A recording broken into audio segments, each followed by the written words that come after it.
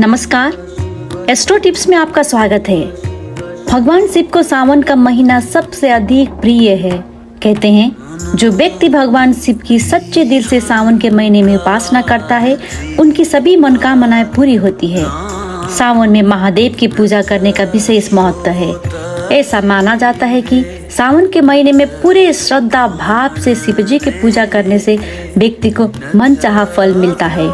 सावन के महीने में जो व्यक्ति भगवान शिव का जलाभिषेक, दूध से अभिषेक, धतूरा, भांग और बेलपत्र आदि चढ़ाता है उसकी सभी मनोकामनाएं पूरी होती है।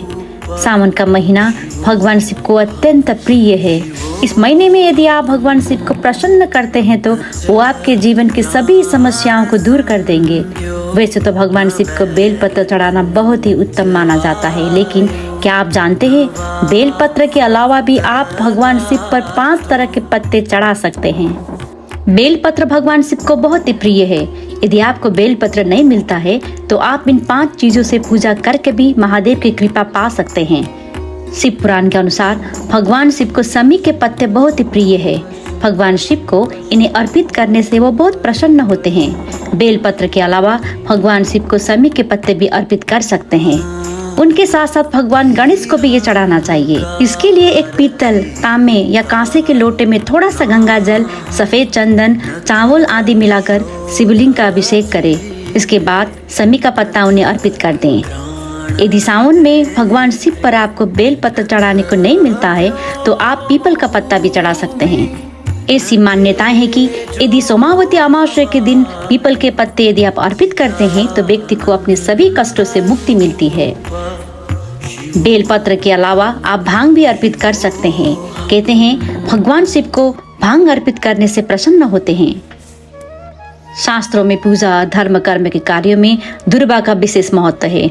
मान्यताओं के अनुसार दुर्वा को अमृत के समान माना जाता है। कहते हैं शिवलिंग पर दुर्वा चढ़ाने से व्यक्ति को दीर्घायु का आशीर्वाद प्राप्त होता है। भगवान शिव को धतूरा और धतूरे के पत्ते बहुत ही प्रिय है। यदि आपको भगवान शिव को धतूरा चढ़ाने के लिए नहीं मिलता है तो आप उसके फल भी चढ़ा सकते हैं। इससे भी भगवान शिव का विशेष आशीर्वाद प्राप्त होगा। पुराणों में कहा गया है कि अन्य दिनों की अपेक्षा सावन के महीने में भगवान शिव की पूजा अर्चना करने से उसका कई गुना लाभ व्यक्ति को मिलता है। भगवान शिव को प्रसन्न करने के लिए उनके भक्त इस महीने शिवलिंग पर फूल और प्रसाद चढ़ाते हैं। आइए जानते हैं किन चीजों से अभिषेक करने से भोले बाबा प्रसन्न होते हैं और अभिषेक कैसे करना चाहिए। अगर आपके घर में हर समय कला का वातावरण बना रहता है तो आपको शिवलिंग पर दूध चढ़ाना चाहिए। ऐसा करने से घर अभिष का कला शांत होने के अलावा मूर्ख व्यक्ति भी बुद्धिमान बन जाता है। शिवलिंग पर जल से अभिषेक करने से विभिन्न मनोकामनाएं पूरी होती है।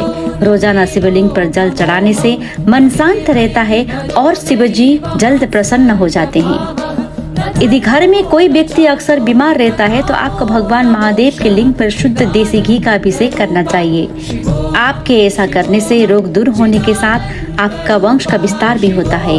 अगर आप अपने शादीशुदा जीवन से खुश नहीं है तो भगवान शिव के लिंग पर इत्र से अभिषेक करें। ऐसा करने से आपका संबंध मधुर बनेंगे। यदि घर में किसी व्यक्ति को गंभीर रोग है तो उसे शहद से शिवलिंग का अभिषेक करना चाहिए। ऐसा करने से स्वास्थ्य से जुड़ी बीमारियां दूर हो जाती है।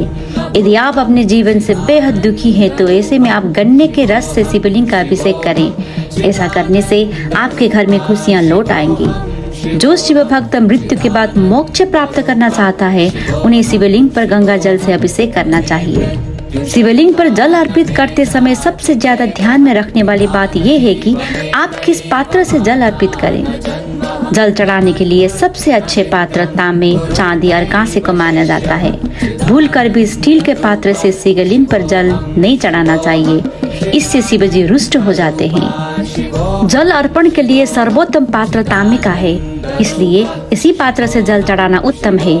लेकिन भूल कर भी तांबे का पात्र से शिव जी को दूध न चढ़ाए, क्योंकि तांबे में दूध विष के समान बन जाता है।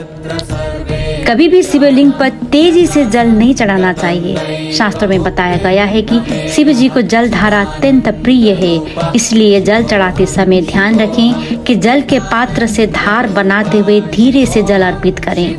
पतली जल धार शिवलिंग पर चढ़ाने से भगवान शिव की विशेष कृपा दृष्टि प्राप्त होती है। हमेशा शिवलिंग पर जल अर्पित करते समय ध्यान रखें कि बैठकर ही जल अर्पित करें। यहाँ तक कि रुद्राभिषेक करते समय भी खड़े नहीं होना चाहिए। पुराणों के अनुसार खड़े होकर शिवलिंग पर जल चढ़ाने से यह शिव जी को समर्पित नहीं होता है और इसका पुण्य प्राप्त नहीं होता है। सच्ची भावना, श्रद्धा और पूरे विश्वास के साथ शिव जी की पूजा आराधना करें। आपका जीवन मंगल हो। शिव जी आप सबका मनोकामना पूरी करें।